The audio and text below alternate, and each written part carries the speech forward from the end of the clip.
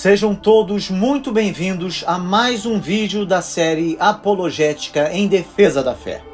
Caminharemos agora através do livro de Êxodo, um dos relatos mais poderosos e transformadores da Bíblia, onde testemunharemos a libertação milagrosa do povo de Israel da escravidão do Egito e sua incrível caminhada rumo à Terra Prometida. Desde o nascimento de Moisés até a travessia do Mar Vermelho, cada capítulo revela a mão poderosa de Deus em ação. Você irá se aprofundar nas ricas lições teológicas, históricas e espirituais do Êxodo, entendendo os contextos culturais e arqueológicos que tornam esta narrativa ainda mais fascinante e descobrindo como as experiências do povo de Israel podem ser aplicadas em sua vida hoje. Você encontrará inspiração para enfrentar seus próprios desafios e fortalecer sua fé e se sentirá mais próximo de Deus, entendendo melhor seus planos e propósitos para a sua vida. O livro de Êxodo é uma continuação do relato de Gênesis, focando na transformação dos descendentes de Jacó em uma nação. Jacó também é chamado de Israel. A narrativa começa com os israelitas vivendo no Egito, onde foram inicialmente bem tratados por causa de José. Com o tempo, um novo faraó que não conhecia José subiu ao poder e a relação entre os egípcios e os israelitas mudou drasticamente. O novo faraó temia o crescimento dos israelitas e, para controlar essa população crescente, impôs trabalho escravo pesado. O trabalho incluía a construção das cidades Armazém, de Pitom e Ramsés. As escavações arqueológicas nessas áreas sugerem que essas cidades, mencionadas em Êxodo 1, versículo 11, existiam e serviam como centros de armazenamento. Ramsés, associado ao faraó Ramsés II, é um ponto importante na cronologia do Êxodo. O faraó, em um ato de desespero, ordenou que todos os meninos hebreus recém-nascidos fossem jogados no Nilo. Mesmo em meio à opressão e injustiça, Deus está ciente de nossas dificuldades e trabalha em seus planos soberanos. Podemos confiar que Ele não nos abandona. Em meio a esse contexto de opressão, nasce Moisés. Sua mãe, Jocabede, o escondeu por 3 meses. Quando não pôde mais escondê-lo, colocou-o em um cesto e o deixou no Nilo. A filha do faraó encontrou o cesto e adotou Moisés, criando-o no palácio. Moisés cresceu com a melhor educação egípcia, que incluía crescimento de administração, guerra e literatura, o que foi crucial para a sua liderança futura que Deus usaria para libertar seu povo. Deus usa situações inesperadas para preparar o caminho para seus propósitos. Mesmo quando não entendemos seus caminhos, podemos confiar que Ele está trabalhando para o nosso bem. Ao ver a opressão do seu povo, Moisés matou um egípcio e, temendo por sua vida, fugiu para Midian. Lá, casou-se com Zípora, filha de Jetro, e tornou-se pastor. Durante 40 anos, Deus estava moldando Moisés para a missão de sua vida. Ele havia vivido até os 40 anos no Egito, e agora teria que viver mais 40 anos como fugitivo em Midian. Midian, localizada na região noroeste da Arábia Saudita, tem sido identificada por alguns arqueólogos através de várias escavações que indicam a presença de tribos seminômades na área. Às vezes, Deus nos leva a períodos de preparação e transformação longe do nosso lugar de conforto. Esses momentos são oportunidades para crescimento e maturidade espiritual. Enquanto pastoreava o rebanho, Moisés encontrou uma sarça ardente que não se consumia. Deus falou com ele da sarça e revelou sua missão: libertar os israelitas da escravidão no Egito. Moisés, inicialmente relutante, foi encorajado por Deus, que prometeu estar com ele e capacitá-lo para essa tarefa. A sarça ardente é um símbolo teológico profundo, representando a presença divina que é pura e santa, consumindo, mas não destruindo. A localização tradicional desse evento é o Monte Horebe, também conhecido como Monte Sinai, onde mais tarde Moisés receberia os 10 mandamentos. Sua localização exata é debatida, mas a tradição cristã o situa na Península do Sinai. Deus nos chama para missões específicas em nossas vidas. Mesmo que nos sintamos inadequados, sua presença e poder são suficientes para nos capacitar a cumprir o que ele nos pede. Com o apoio de Arão, seu irmão, Moisés voltou ao Egito. Deus forneceu sinais para autenticar sua missão, incluindo a transformação do cajado em serpente e a cura instantânea da mão leprosa. Os israelitas inicialmente acreditaram e adoraram a Deus. A obediência a Deus pode inicialmente trazer dificuldades e oposição. No entanto, é importante perseverar e confiar que Deus está no controle e cumprirá suas promessas. Moisés e Arão foram ao faraó e transmitiram a mensagem de Deus: "Deixe o meu povo ir." O faraó, endurecido e arrogante, recusou-se a libertar os israelitas e aumentou a carga de trabalho deles, ordenando que coletassem sua própria palha para fazer tijolos, sem reduzir a produção exigida. Moisés, desanimado, voltou a Deus, questionando por que a situação havia piorado. Diante da resistência e das dificuldades, é crucial buscar a Deus em oração e confiar em sua direção.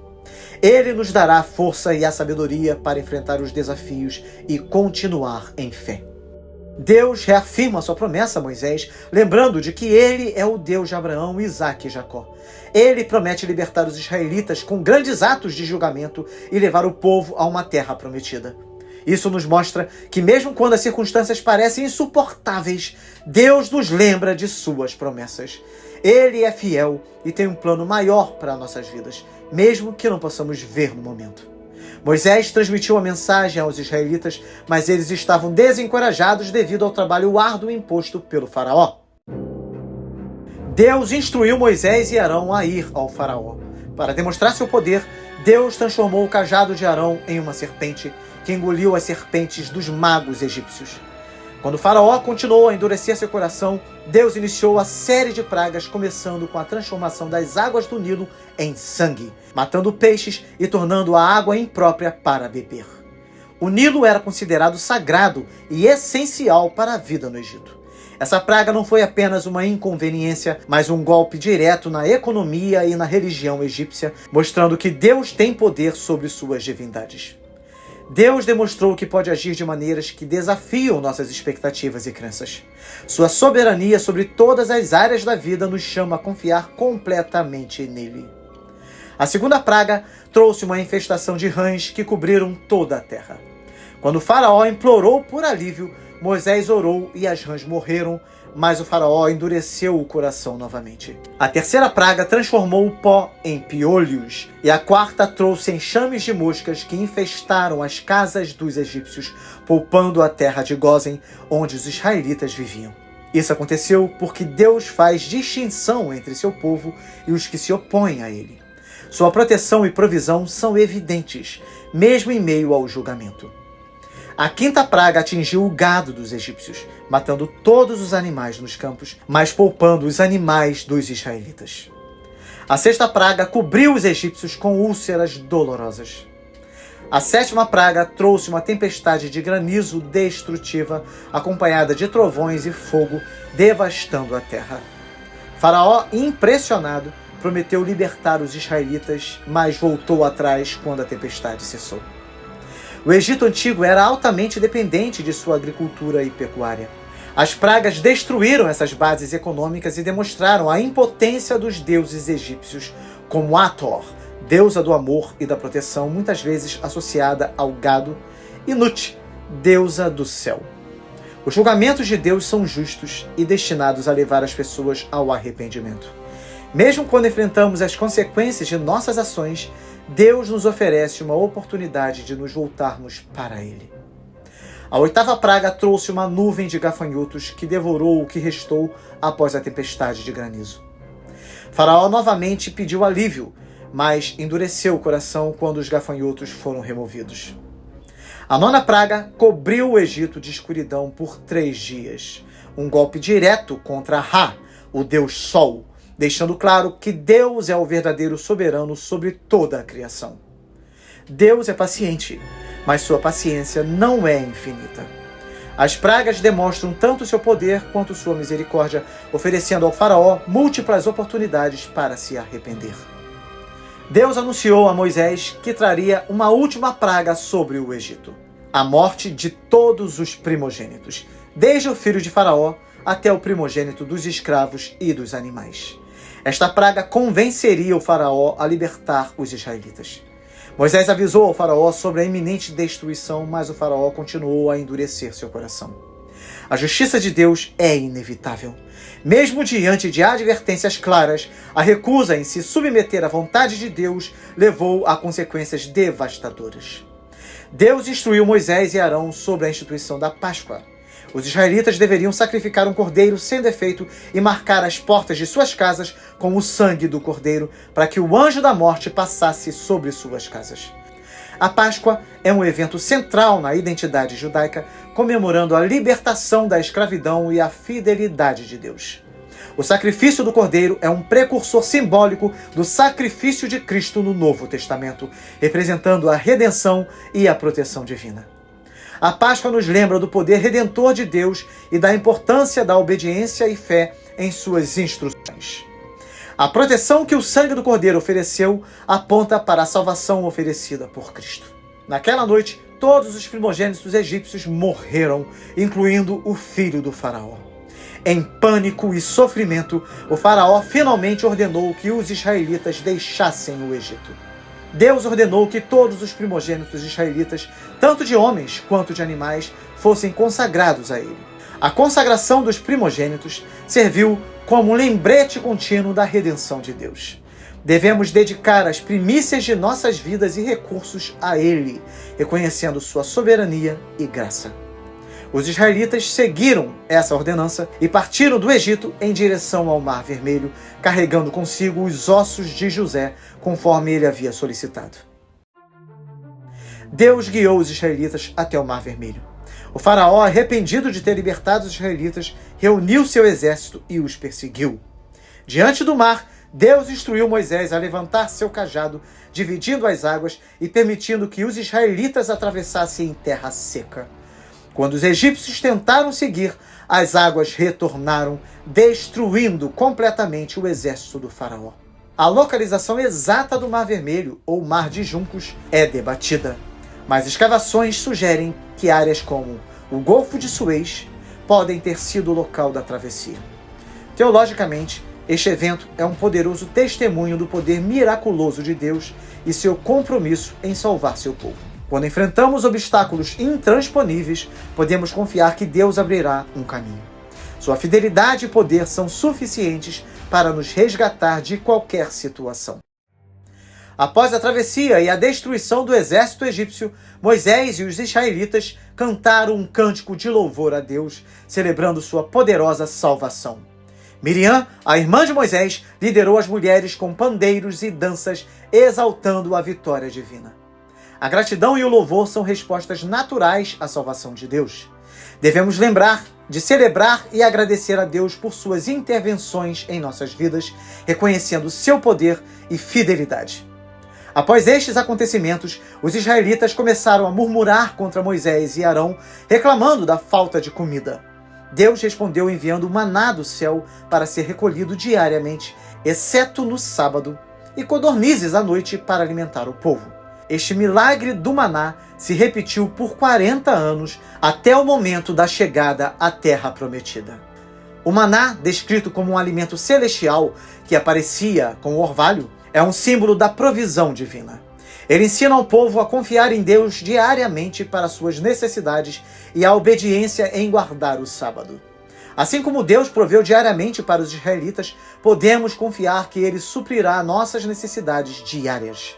A importância de depender de Deus diariamente e de guardar um tempo de descanso e adoração é ressaltada aqui.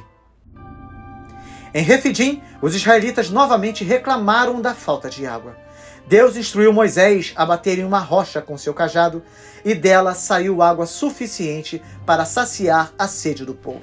Refidim é tradicionalmente identificada no deserto do Sinai. A água da rocha é interpretada teologicamente como um sinal da presença contínua de Deus e sua capacidade de prover em situações impossíveis. A rocha que provê água simboliza Cristo, que é a nossa fonte de vida espiritual. Em seguida, os israelitas enfrentaram os amalequitas. Enquanto Moisés manteve as mãos erguidas com a ajuda de Arão e Hur, Josué liderou os israelitas na batalha e os venceu. A batalha contra Amaleque ensina sobre a importância da intercessão e do trabalho em equipe na luta contra adversidades. Jetro, sogro de Moisés, visitou o acampamento israelita e observou Moisés se sobrecarregando ao tentar julgar todos os casos do povo sozinho.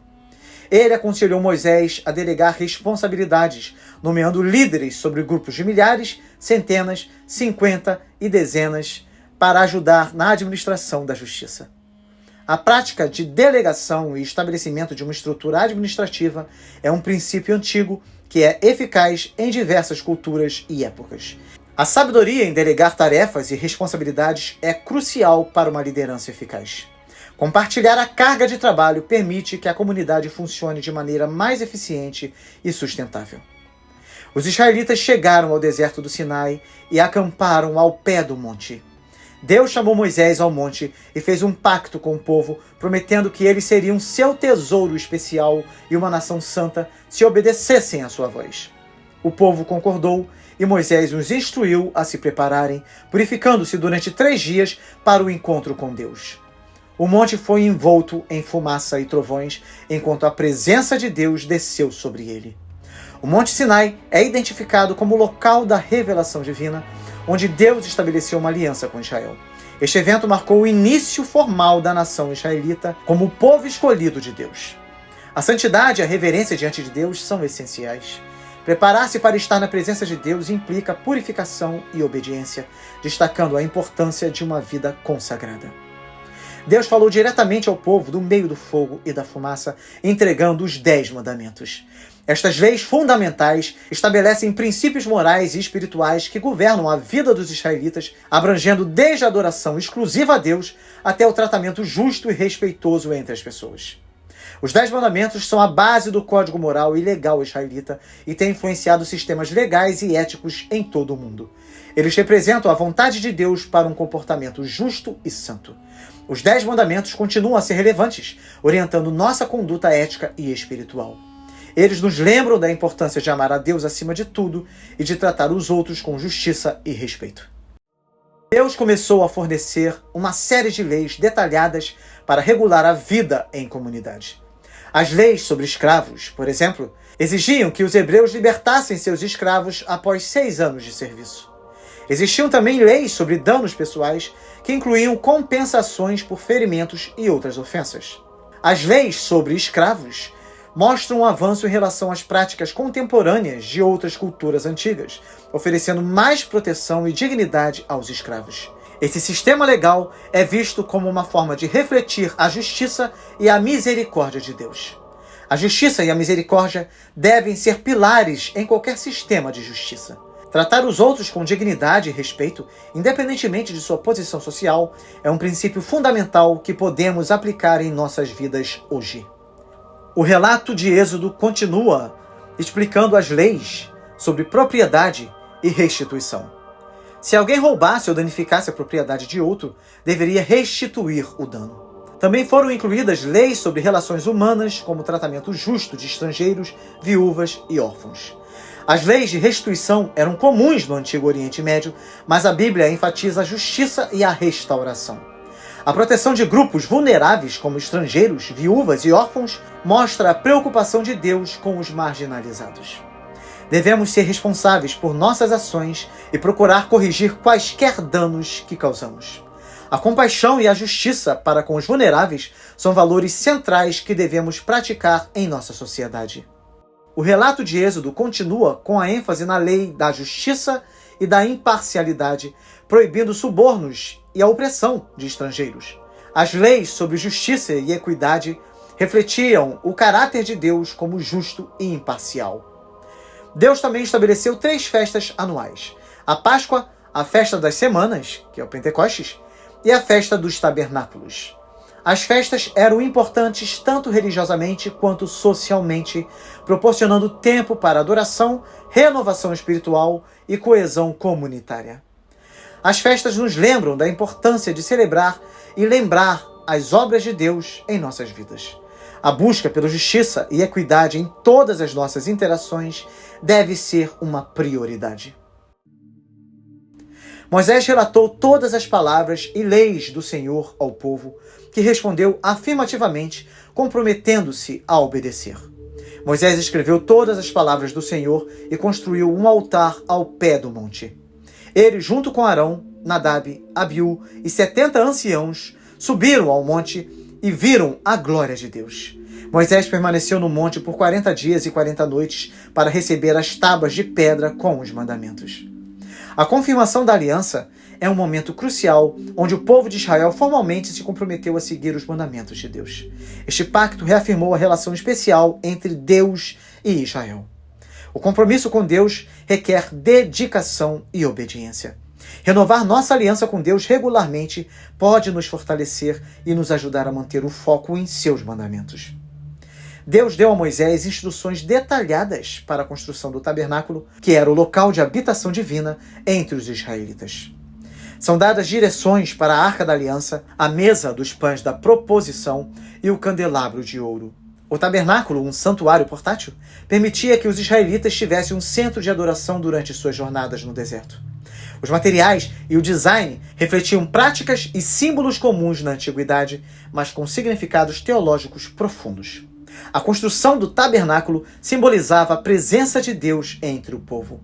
A Arca da Aliança, contendo as tábuas da lei, era um sinal do pacto entre Deus e Israel. A presença de Deus deve ser central em nossas vidas. Assim como o tabernáculo era o centro da adoração e vida comunitária dos israelitas, devemos fazer de Deus o centro de nossas vidas, buscando sua presença diariamente. Deus forneceu a Moisés instruções específicas sobre como construir o tabernáculo, detalhando as dimensões e materiais para as cortinas, tapeçarias e estruturas de suporte. As cortinas deveriam ser feitas de linho fino e tecidos coloridos com querubins bordados e as estruturas de suporte feitas de madeira de acácia revestida de ouro. O tabernáculo era usado pelos israelitas como local de adoração durante sua jornada no deserto. As descrições detalhadas refletem práticas de construção e materiais valiosos da época. A madeira de acácia era comum na região e durável, enquanto o linho fino e o ouro eram materiais preciosos, destacando a santidade do tabernáculo. O tabernáculo simboliza a presença de Deus no meio do seu povo. As cortinas com querubins representam o acesso limitado à santidade de Deus, similar ao que foi visto no Jardim do Éden. O cuidado e a precisão nas instruções para o tabernáculo nos lembram da importância da excelência e reverência em nossa adoração a Deus. Devemos buscar criar ambientes que reflitam a santidade e a glória de Deus em nossas vidas. As instruções para o altar de holocausto e o pátio do tabernáculo foram fornecidas. O altar, feito de madeira de acácia e revestido de bronze, era onde os sacrifícios seriam oferecidos. O pátio, delimitado por cortinas de linho, era o espaço onde os israelitas podiam se reunir para adoração. Altares de sacrifício eram comuns nas culturas antigas, como locais de adoração e oferendas aos deuses. O altar de bronze e o pátio do tabernáculo destacavam a importância do sacrifício e da purificação na adoração israelita. O altar de holocausto simbolizava a necessidade de expiação e sacrifício para se aproximar de Deus. O pátio representava a comunidade de crentes reunida em adoração, enfatizando a importância da congregação. O sacrifício e a expiação são centrais em nossa fé, refletidos no sacrifício de Jesus Cristo. Deus instruiu Moisés a fazer vestes sagradas para Arão e seus filhos, que serviriam como sacerdotes. As vestes incluíam o peitoral, o éfode, o manto, a túnica bordada, o turbante e o cinto. Cada peça era feita com materiais preciosos e teve um significado simbólico, como as pedras do peitoral representando as 12 tribos de Israel. As vestes sacerdotais refletiam as práticas de outros cultos do Antigo Oriente Médio, onde os sacerdotes vestiam roupas especiais para o serviço. As pedras preciosas e os tecidos finos denotavam a importância e a santidade do sacerdócio. As vestes sacerdotais simbolizavam a pureza, a dignidade e a intercessão do sacerdote em favor do povo. O peitoral com os nomes das tribos indicava que o sacerdote representava todo o povo diante de Deus. A intercessão sacerdotal é um lembrete do papel de Jesus como nosso sumo sacerdote, que intercede por nós diante de Deus. Devemos também interceder pelos outros e viver vidas que reflitam a santidade e a dignidade de nosso chamado. Deus deu a Moisés instruções detalhadas para a consagração de Arão e seus filhos como sacerdotes. O processo incluía sacrifícios de animais, unção com óleo e vestes específicas. O ritual de consagração durava 7 dias e era seguido por sacrifícios diários no altar de holocausto. A consagração de sacerdotes com sacrifícios e unções era comum em muitas culturas antigas. Este ritual reforçava a importância do sacerdócio e a necessidade de purificação e dedicação especial ao serviço divino. A consagração dos sacerdotes simbolizava a separação para o serviço santo e a necessidade de pureza para se aproximar de Deus. O uso de óleo simbolizava a presença e a bênção do Espírito Santo. Devemos nos consagrar a Deus em nossas vidas diárias, buscando pureza e dedicação em nosso serviço a Ele. Deus instruiu Moisés a construir um altar de incenso para ser colocado em frente ao véu que separa o Santo dos Santos. O incenso deveria ser queimado continuamente como um símbolo de oração. Além disso, foram dadas instruções para o resgate de cada israelita, a construção de uma bacia de bronze para a lavagem dos sacerdotes e a formulação do óleo sagrado, da unção e do incenso sagrado. Altares de incenso e práticas de unção eram comuns no Antigo Oriente Médio, simbolizando a oração e a purificação. A bacia de bronze e o óleo sagrado destacavam a importância da limpeza e da consagração nos rituais religiosos. O incenso simbolizava as orações dos santos subindo a Deus, enquanto o resgate refletia a redenção de cada pessoa. A bacia de bronze representava a purificação necessária para o serviço divino e o óleo da unção simbolizava a consagração e a presença do Espírito Santo. A prática da oração contínua é essencial em nossa vida espiritual, assim como a busca pela pureza e consagração. O conceito de resgate nos lembra da redenção que temos em Cristo e a unção com óleo simboliza a necessidade de viver sob a direção e a bênção do Espírito Santo. Deus escolheu Bezalel e Aholiabe como artesãos principais para a construção do tabernáculo. Eles foram dotados com o Espírito de Deus, sabedoria, entendimento e habilidade para criar todos os itens necessários para o tabernáculo. Bezalel e Aholiabe representam a valorização do trabalho artesanal na antiguidade. O uso de habilidades específicas e materiais valiosos, como ouro, prata e bronze, indica a importância cultural e religiosa do tabernáculo. A escolha de Bezalel e Aholiabe simbolizava a capacitação divina para realizar obras sagradas. Deus também enfatizou a importância de guardar o sábado como um sinal perpétuo entre ele e os israelitas. A guarda do sábado, estabelecida anteriormente, foi reforçada como um sinal de santidade e separação para Deus. A guarda do sábado reforçava a necessidade de descanso e reconhecimento da soberania de Deus sobre o tempo. Devemos reconhecer e valorizar os dons e talentos que Deus nos dá, usando-os para a sua glória. O princípio do descanso sabático nos lembra da importância de equilibrar trabalho e descanso, dedicando tempo para adoração e renovação espiritual. Enquanto Moisés estava no Monte Sinai, o povo de Israel, impaciente pela sua demora, pediu a Arão que fizesse um Deus para eles. Arão fez um bezerro de ouro e o povo o adorou com festa e sacrifícios. Deus informou Moisés sobre a idolatria e ameaçou destruir o povo, mas Moisés intercedeu por ele. Quando Moisés desceu do monte e viu o bezerro, ele quebrou as tábuas da lei e destruiu o ídolo. Ele confrontou Arão e o povo, e muitos foram mortos em retaliação. A fabricação de ídolos, como bezerros de ouro, era comum nas culturas vizinhas. Este incidente destacou a tentação de Israel de adotar práticas pagãs e a necessidade de fidelidade exclusiva a Deus. O bezerro de ouro representa a infidelidade espiritual de Israel. A intercessão de Moisés prefigura o papel de Cristo como mediador. A destruição do ídolo e a punição dos transgressores enfatiza a severa punição que será dada a todo aquele que pratica a idolatria. Devemos ser vigilantes contra as tentações de idolatria e infidelidade em nossas vidas. A intercessão é uma poderosa ferramenta espiritual e devemos buscar a reconciliação com Deus quando falhamos. Deus instruiu Moisés a levar o povo à terra prometida, mas declarou que não iria com eles devido à sua teimosia. Moisés montou a tenda da congregação fora do acampamento, onde ele se encontrou com Deus face a face. Moisés intercedeu novamente, pedindo que Deus fosse com eles. Deus concordou e revelou a Moisés sua glória. A tenda da congregação representou um lugar de encontro entre Deus e Moisés, simbolizando a necessidade de um mediador. A revelação da glória de Deus a Moisés mostra a misericórdia divina e a importância da presença de Deus na liderança e orientação. Devemos buscar a presença de Deus em nossas vidas e interceder por sua orientação e favor. A liderança espiritual requer uma comunicação constante com Deus. Deus ordenou a Moisés que cortasse 2 novas tábuas de pedra para substituir as que foram quebradas.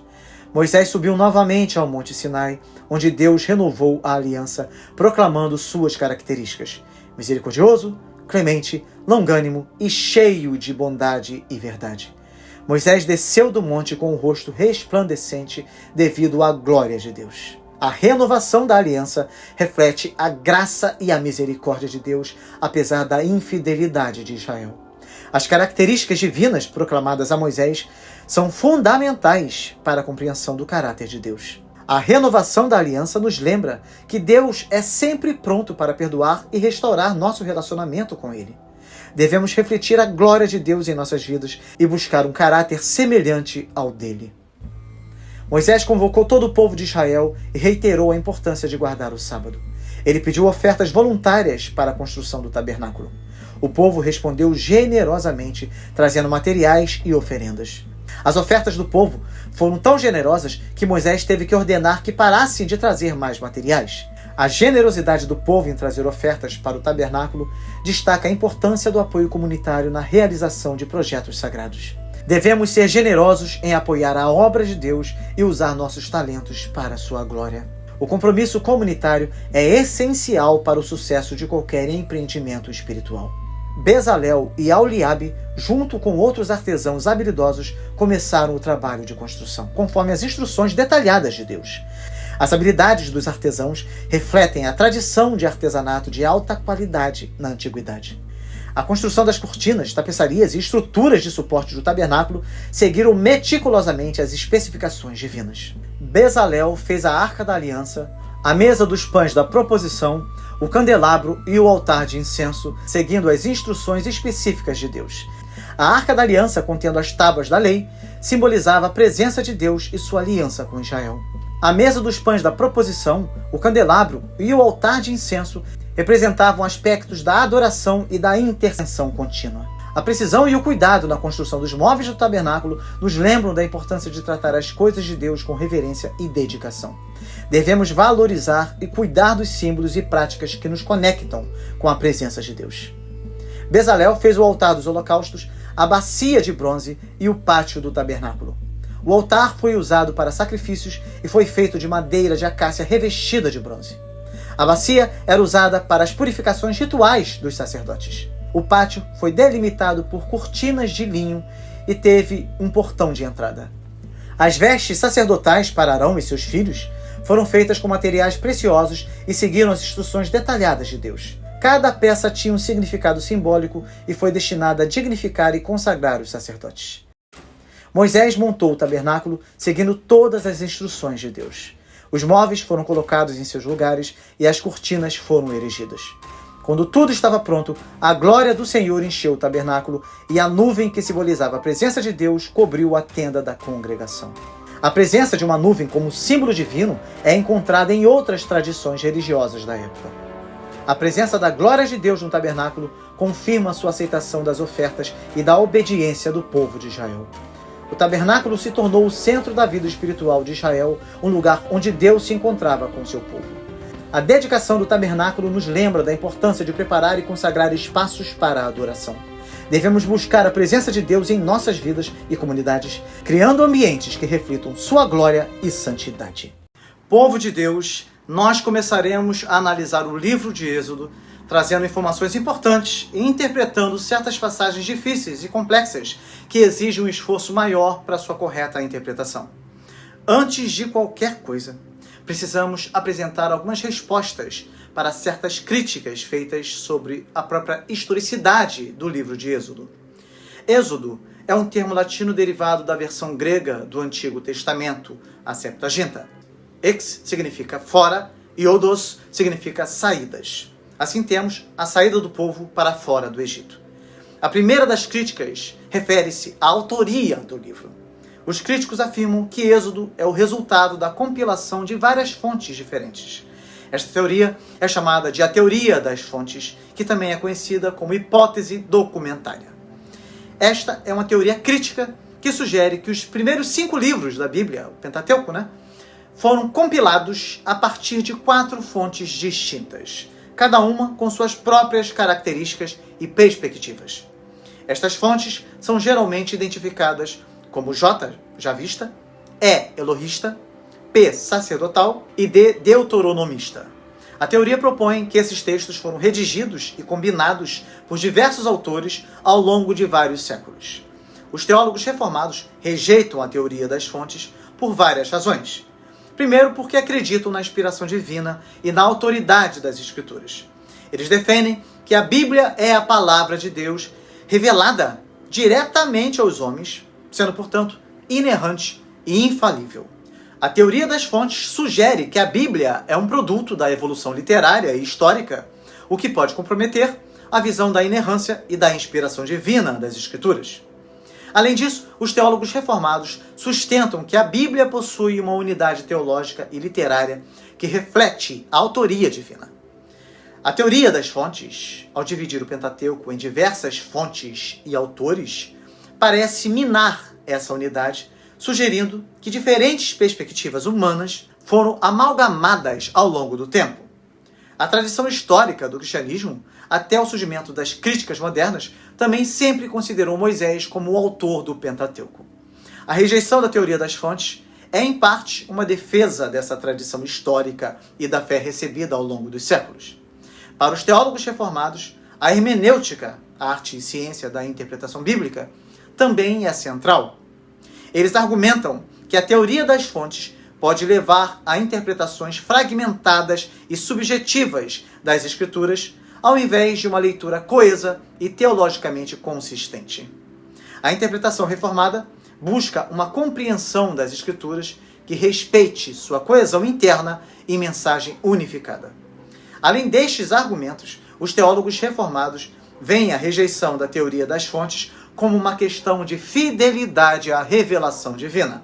Eles acreditam que Deus se revelou de forma clara e direta nas Escrituras e que essa revelação deve ser mantida íntegra e não fragmentada ou reinterpretada através de lentes críticas modernas. Portanto, os teólogos reformados defendem que Êxodo, tanto quanto todo o Pentateuco, foi escrito por Moisés. Eles admitem que talvez Moisés tenha usado fontes antigas, orais ou escritas, mas a despeito disso, é o único autor dos 5 primeiros livros da Bíblia. E há razão de sobra para isso. 2 vezes o próprio livro de Êxodo declara que Deus falou para Moisés escrever. Isso está no capítulo 17, versículo 14, capítulo 34, versículo 27. E uma vez o livro diz que Moisés escreveu, capítulo 24, versículo 4.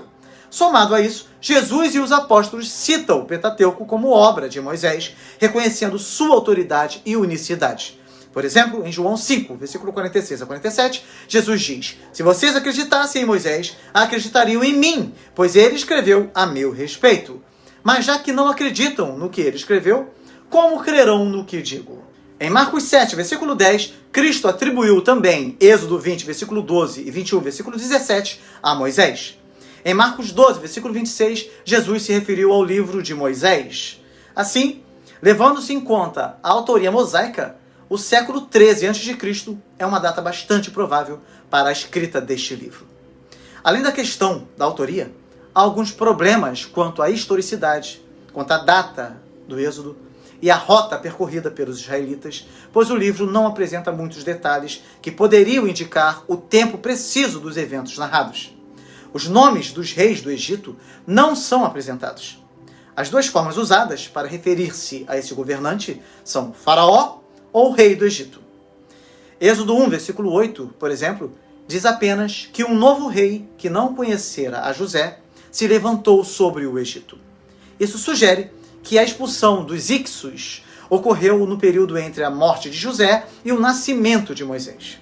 Os Ixos eram um grupo de povos semitas que governaram o Egito durante parte do segundo período intermediário da história egípcia, aproximadamente entre 1650 a.C. e 1550 a.C.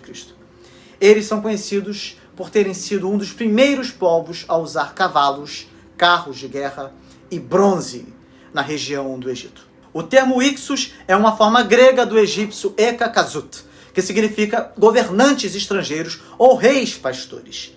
Eles eram originários da região do Levante, atualmente parte do Oriente Médio, e sua chegada ao Egito marcou um período de influência estrangeira e mudança política na história do Antigo Egito.